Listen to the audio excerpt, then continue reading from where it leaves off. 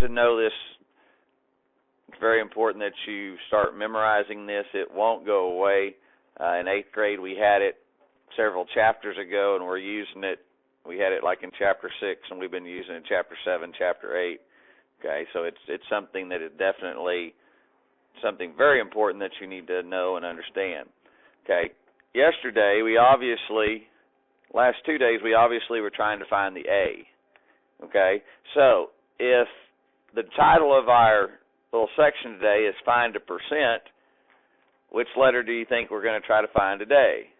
The P, because it's the percent. Okay, the sentence that they're going to give you is going to be a little different than what you're used to seeing. Okay, the one that we had the last 2 days was like 44% of 100. That was the sentence. Okay, we talked about how we find the of, and on each side of the of is the B and the P. Okay, so today's sentence is going to look like this. What percent of 65 is 13? Okay, so it's a little bit different. They've just made it more wordy, I guess. If you really want to look at it, they just really made it a little bit more wordy. But same thing applies here. You find the of, and on either side of the of is the B and the P. Okay, so what does that make the 13? What? A. That's your A. Because here's your B, here's your P. Okay? So we do it basically exactly the same thing as we did the other day, except now our proportion is going to look like this. 13 over 65 equal P over 100. Okay, so they've given us the A and the B today, and we're trying to find the P. The good thing for y'all is that all the problems are the same, so you're always looking for the P in this section. Okay, because they want you to get the process down of how we solve it from this point. We solve it the exact same way. We cross multiply. Okay, obviously some of you had trouble with that because, the grades weren't real good today. So let's obviously do a couple examples here. So we have 65 times P is equal to 13 times 100. Okay, well 65P times P is just 65P. 13 times 100, 1,300. Now, what do I do to solve this problem? Noah? Right. We're going to divide 65 into both sides. On the left side, it cancels out, leaving us with a P. On the right side, we divide 65 into 1,300. Now, that means that we're basically doing this right here. Okay, because we're dividing the bottom number into the top number of our fraction. So, 65, does it go into 13? No. 65, does it go into 130? How many times? Twice. It'd be 130. Remainder 0. Bring down my 0. Here's where some people make their mistake. They stop right there and say 65 goes in 1,300 two times. Okay, it doesn't go in there two times. 65 goes into 0 how many times? 0 times. So that would be 20. So my percent is 20. What do all percents have to have with them? Percent sign. So I've got to put my percent sign. So P is equal to 20%. Now, you can have decimal answers in this, okay? You can have whole numbers in this. Don't believe there's any fractional answers. You could have fractions later on, but I don't think there's not any in these problems. There are some decimals, however. Now,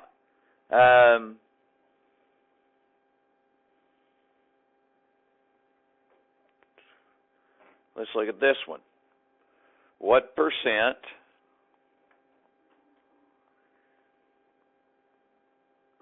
of 80 is 88? What percent of 80 is 88? Okay, what's 100% of 80? No, what's 100% of 80? 80. 100% of any number is that number. So if 100% of 80 is 80, and I have 88 of it, is my answer going to be larger or smaller than 100%? Larger. Okay? So when you get your answer, you need to make sure it's larger than 100%. All right, now, once again, first thing we do is we find the of. The of is the key. Okay? On one side or the other of the of, we know that this is the P because of percent. We know this has to be the B then. And so 88 is our A. Where most people would make their mistake here is when they do their proportion. Okay? A lot of people would do this with their proportion.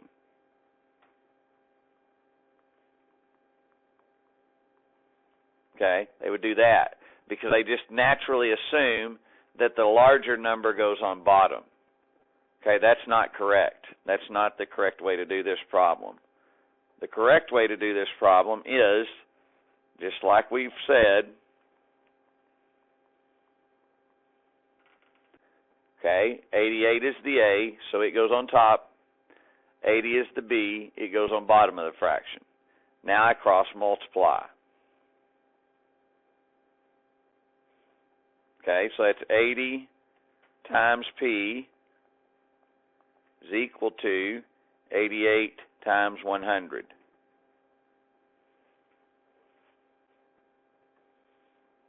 Okay, that gives me 80P equal 8,800.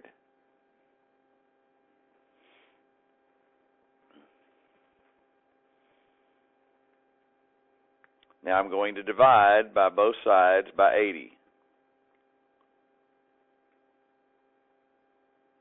Okay, cancels on the left side, leaving me with P is equal to 80 into 8,800.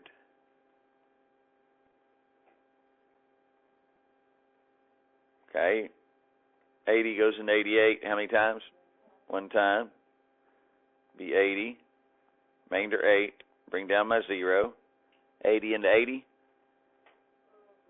One time. Be 80. Remainder 0. Bring down my last 0. 80 into 0.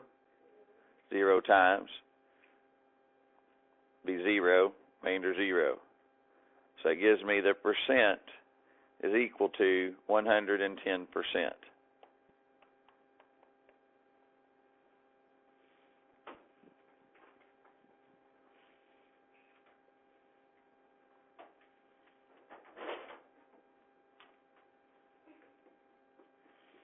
So what happens if we have fractions?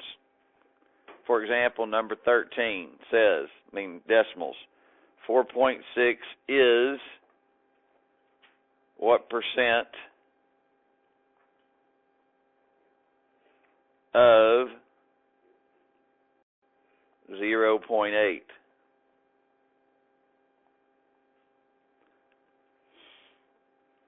Okay, now they switch the sentence on you. They flip the sentence. Doesn't matter. Find the of. The of is there. So that means on this side and this side is the P and the B. Well, on the left side would be the what? The percent. So there's your P. So on the right side of the of would be the B. So if I find the is, the A is always going to be on one side or the other of the is by itself. Okay? So this would be your A. Okay? So, set up your proportion. What would our proportion be? 4.6 over 0.8 equal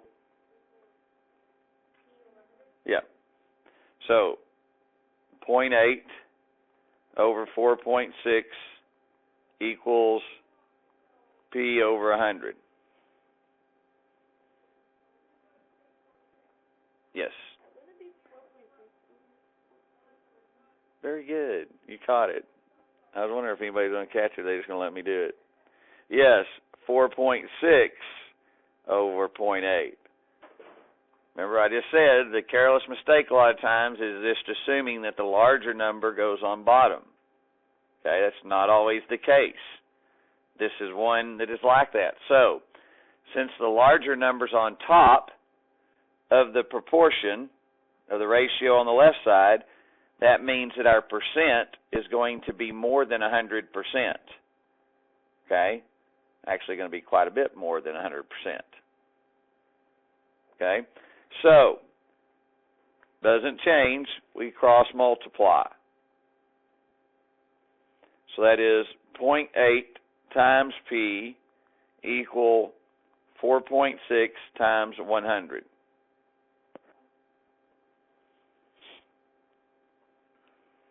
Okay? So that's 0.8 P equal, if I take 4.6 times 100, basically I can just bring those two zeros down, and I take 1 times 6, which is 6, 1 times 4, which is 4. I have one decimal place. So I move my decimal one place to the left. So that's 0.8 times P is equal to 460. Okay, the reason it's 460 is because we no longer need that zero right there. That's out of the problem. So it doesn't change the number. Okay, so now we have 0.8 divided by 0.8. New thing here, we haven't done this type of problem. So it gives me P is equal to 0.8 times 460, or divided into 460. Well, I can't have a decimal outside on my divisor. So I have to move the decimal one place to the right, but I have to do the same thing on the inside. One place, one place.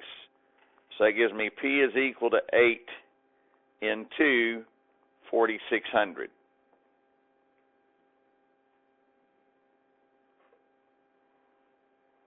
You getting all this? No, you're not. Okay, 8 into 46 goes how many times? 5 times. That would be 40. Remainder 6. Bring down my 0. 8 into 60? 7 times, good. Be 56. Remainder 4. Bring down my last 0. 8 into 40. 5 times. 40. Remainder 0. So P is equal to 575%. So obviously a lot larger than 100%. Okay? So, last example I want to do before we go to the board. It's got fractions. Good old fractions. I know how y'all love fractions. 1.5 is what percent of 3 3/4? Okay? Now, in these proportions, we're doing what mathematical operation? What two mathematical operations have we been doing all morning in this proportion? Multiplying and dividing. Okay. When we multiply or divide, what must we do to mix numbers before we can do that? Joy? Do what? But what is the word called? Right here. What kind of fraction is that? Is that a proper or improper? Noah? Improper, because the top number is larger than the bottom number. So down here, we must take those two and change them to improper fractions. Okay? So if we change them to improper fractions, that means I have to take this one and go 1 times 2, which is 2, plus 1, which is 3. So this is 3.5 is what percent of, I got to do the same thing here.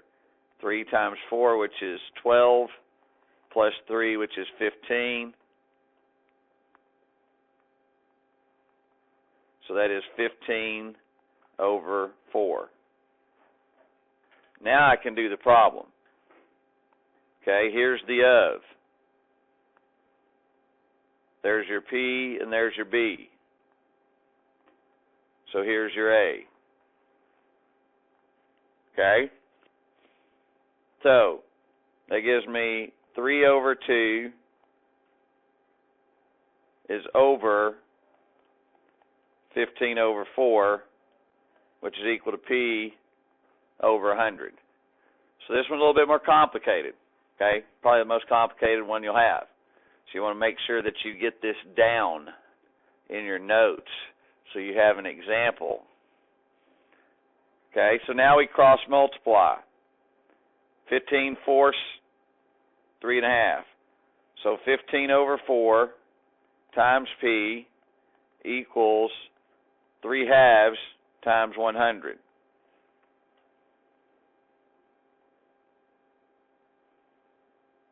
Okay. Now, 15 over 4P equals that right there. Okay? 3 times 100, or we can cross cancel. 2 goes into 2 once, 2 goes into 100 50 times. So it gives me 15 over 4P equals 3 times 50. On top, 1 times 1 on bottom. What's 3 times 50? 1,500. What? 150. 15 over 4 equals 150. Now, how we do this one, what is the reciprocal of 15 over 4? 4 over 15. So you take and multiply both sides by 4 over 15. Over here it cancels. Over here we can cross cancel. 15 into 15 goes once. 15 into 150 goes 10 times. And that would be P is equal to 40%. Okay? The other way you could have done that problem is this way. What is 1.5 as a decimal?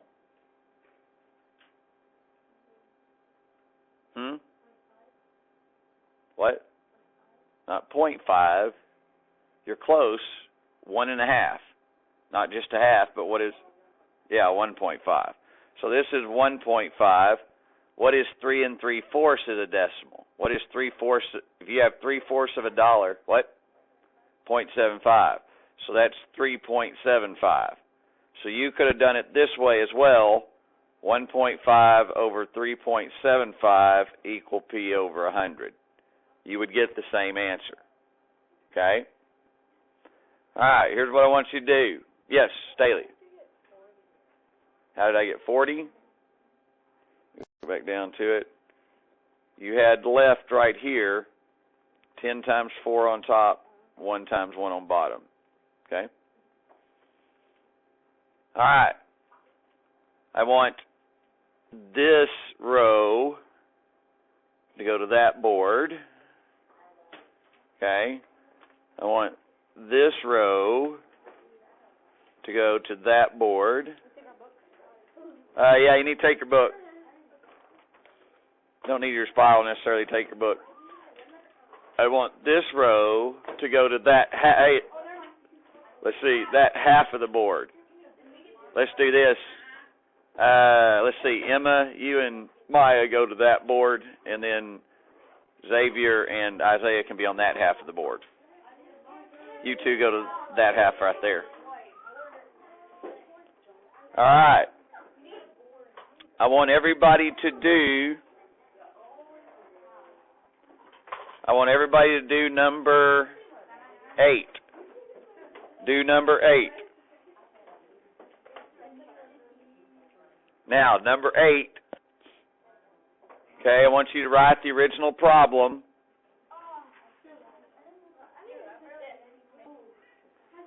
Okay, listen. The answer to number 14, everybody have a seat quickly. The answer to number 14 was 30.5%. Okay? Now, your homework. You're going to do 5 through 16. So 18.2, 5 through 16. Okay?